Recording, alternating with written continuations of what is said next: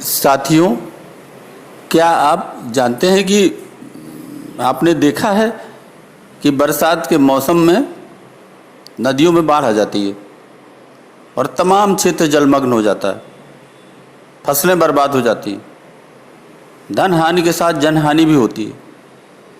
वहीं गर्मियों में पानी की किल्लत हो जाती है, किसानों को पानी नहीं मिल पाता, सूखा पड़ता है, अकाल की समस्या होती है, फसलें बर्बाद हो जाती हैं।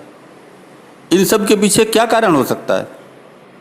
इन सब के पीछे जो मुख्य कारण है वो जो हमारे देश में जो जल उपलब्ध है उस जल के प्रबंधन में अत्यधिक कमी। आज तक इस पे कोई भी काम नहीं हुआ। अगर योजनाओं बनी तो वो आगे बढ़ करके उस रास्ते पर नहीं पहुंच पाई जिस रास्ते से उन पर कुछ काम किया जा सके। इसी प्रकार से जितना भी बारिश का पानी है, बारिश के मौसम में नदियों में आता है और बह करके समुद्र में चला जाता है, जिसके अधिकांश भाग का कोई उपयोग नहीं कर पाते, बल्कि वो एक बर्बादी का कारण बनता है। इन सब बातों को देखकर समय समय से इस देश में विचार विमर्श होता रहा है, लेकिन यह केवल विचार विमर्श तक ही सीमित रहा। साथियों, इसी कड़ी में नदी जोड़ो परियोजना एक बड़े पैमाने पर प्रस्तावित सिविल इंजीनियरिंग परियोजना है, जिसका उद्देश्य भारतीय नदियों को जलाशयों और नहरों के माध्यम से आपस में जोड़ना है।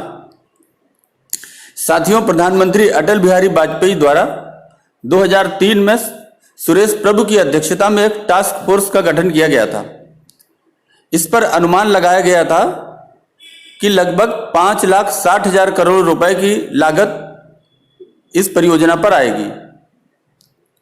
इसके बाद यह परियोजना 2012 में बड़ी सुर्खियों का विषय बनी। क्योंकि इस साल सुप्रीम कोर्ट ने केंद्र सरकार को निर्देश दिया कि वो इस महत्वाकांक्षी परियोजना पर समयबद्ध तरीके से अमल करे, ताकि देरी की वजह से इसकी लागत और न बढ़े। अदालत ने इसकी योजना तैयार करने और इस पर अमल करने के लिए एक उच्च स्तरीय समिति भी बनाई थी। अब केन बेतवा लिंक के साथ आखिरकार ये नदी जोड़ परियोजना जमीन पर अब उतरने वाली है। संविधान में पानी को राज्यों का विषय माना गया है, लेकिन जो नदियां एक से अधिक राज्यों में बहती हैं उन्हें राष्ट्रीय संपत्ति घोषित किए जाने की चर्चा भी समय समय पर जोर पकड़ती रही है। सुप्रीम कोर्ट ने कावेरी जल विवाद पर अपना अंतिम निर्णय देते हुए कहा भी था कि किसी भी अंतर्राज्यीय नदी का जल राष्ट्रीय संपत्ति है और कोई भी राज्य इन नदियों पर अपना कब्जा और अपना दावा अकेले नहीं कर सकता। साथियों, नदी जोड़ने से आखिर लाभ क्या होगा? साथियों, हमारे देश में पेयजल की समस्या के विषय में आप अक्सर सुनते रहते हैं कि लोग बड़ी दूर दूर से अपने पीने का पानी की व्यवस्था करते हैं और ये इस देश की एक बड़ी समस्या है। तो पेयजल की समस्या इससे कम होगी, सूखे और बाढ़ की समस्या कम होगी, आर्थिक समृद्धि आने से लोगों का जीवन स्तर सुधरेगा, कृषि में सिंचित क्षेत्र के हिस्से में उल्लेखनीय वृद्धि होगी, जल विद्युत जिसमें लागत अत्यधिक कम आती है, तो जल विद्युत की उपलब्धता होने से सस्ती एवं स्वच्छ ऊर्जा की प्राप्ति होगी, क्योंकि इसमें प्रदूषण भी नहीं होता। नहरों का विकास होगा और जल परिवहन के विकास से परिवहन लागत कम होगी, क्योंकि जल परिवहन में लागत अत्यधिक कम होती है। जगह जगह पर्यटन स्थलों के बनने से पर्यटन का भी विकास होगा। पानी की उपलब्धता से वनीकरण को प्रोत्साहन मिलेगा। समुद्र में बहकर अनावश्यक जाने वाले मीठे पानी का, जो कि जरूरत से ज्यादा जब हम उपयोग नहीं कर पाते तो जरूरत से ज्यादा समुद्र में जाकर के मिल जाता है और खारा हो जाता है, तो ऐसे मीठे पानी का हम उपयोग कर पाएंगे। इसके साथ साथ साथियों, जो हमारे जमीन में भूमि का जल स्तर नीचे चलता चला जा रहा है उसमें भी सुधार होगा। साथियों, अनुमान लगाया गया है कि पहले चरण में लगभग 30 नहरों का निर्माण होगा। अगर ये व्यवस्था आगे चलती है तो एक अनुमान लगाया गया है कि इस व्यवस्था में लगभग 30 बड़ी नहरों का निर्माण होगा और लगभग इससे 3000 के आसपास जलाशय भी बनेंगे।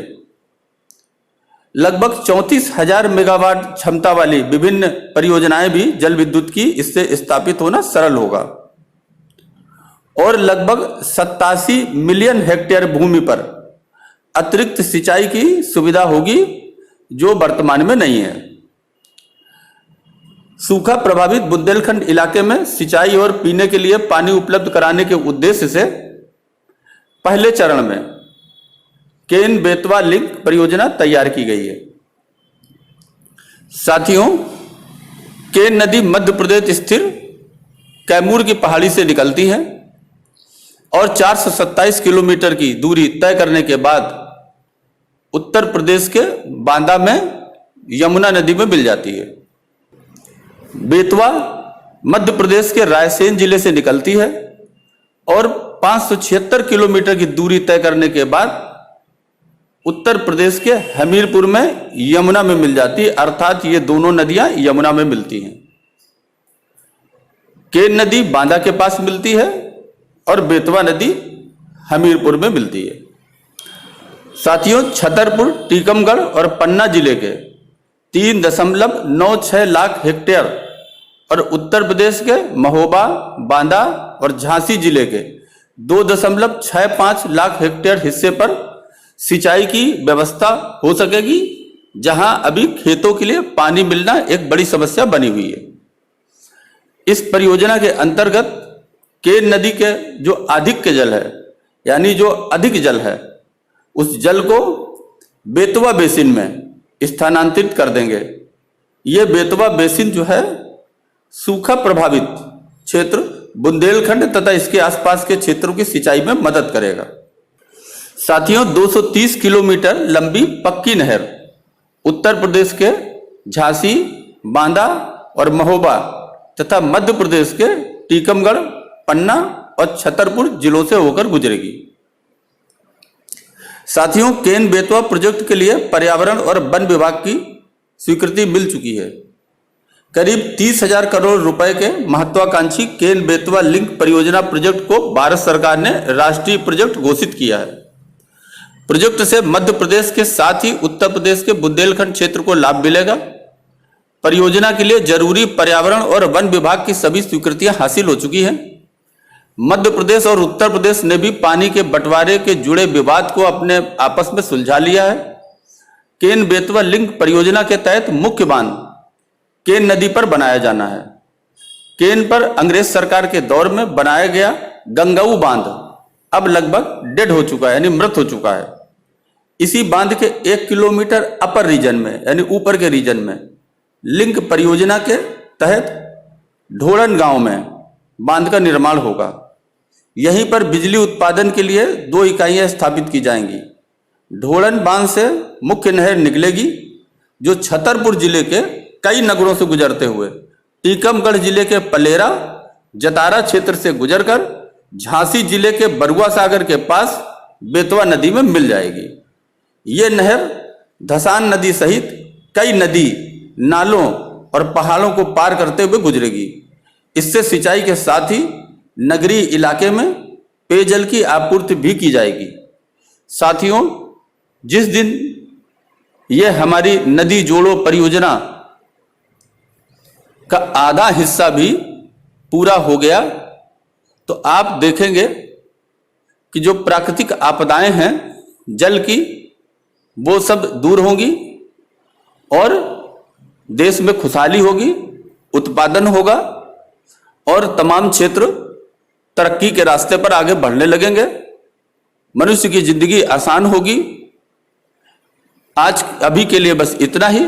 धन्यवाद।